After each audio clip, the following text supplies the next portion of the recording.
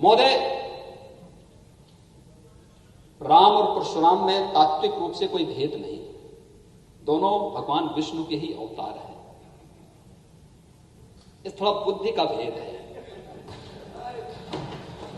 जहां पर बुद्धि का स्तर संकीर्ण और छोटा होता है वे लोग भ्रम में पड़ते हैं, लेकिन तात्विक रूप से शास्त्र ने कोई भेद नहीं माना है, कोई भेद नहीं माना है।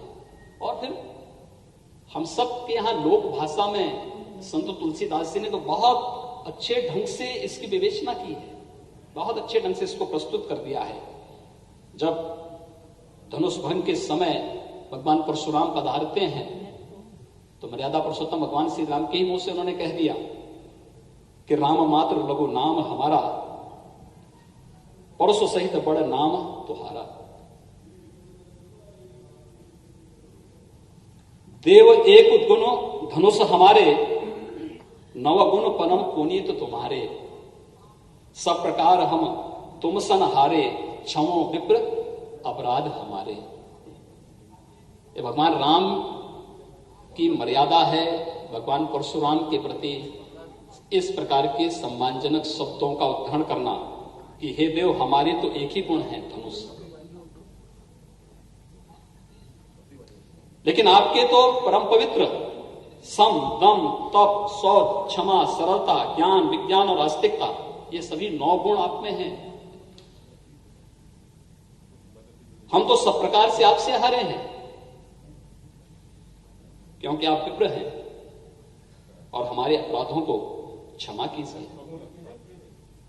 भगवान राम ही कह सकते हैं। और भगवान परशुराम ने भी फिर यही बात कही कि राम रमापति कर धन लेहूं, खींचऊं मिटे मोर सत्य हूं। यह है भारत की मर्यादा।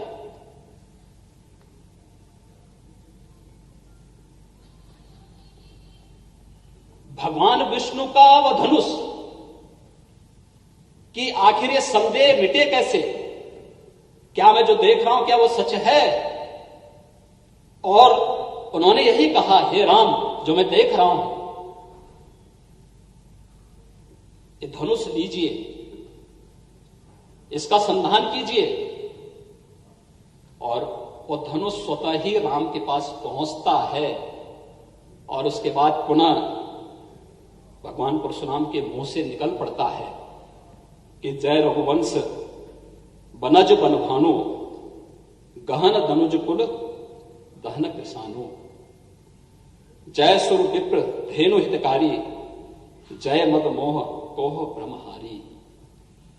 कही जय जय जय रघुकुल केतु, भृगुपति गए बनहि तप हेतु। अगर उन्होंने राम और परशुराम के महत्व को समझा होता तो अपनी जातिवादी विभाजनकारी कुत्सित मनसाओं को व्यक्त करने के बजाय देश की खुशी के साथ ये लोग भी उमंग और उत्साह के साथ आए होते तो भारत की ताकत कई गुना बढ़ी होती।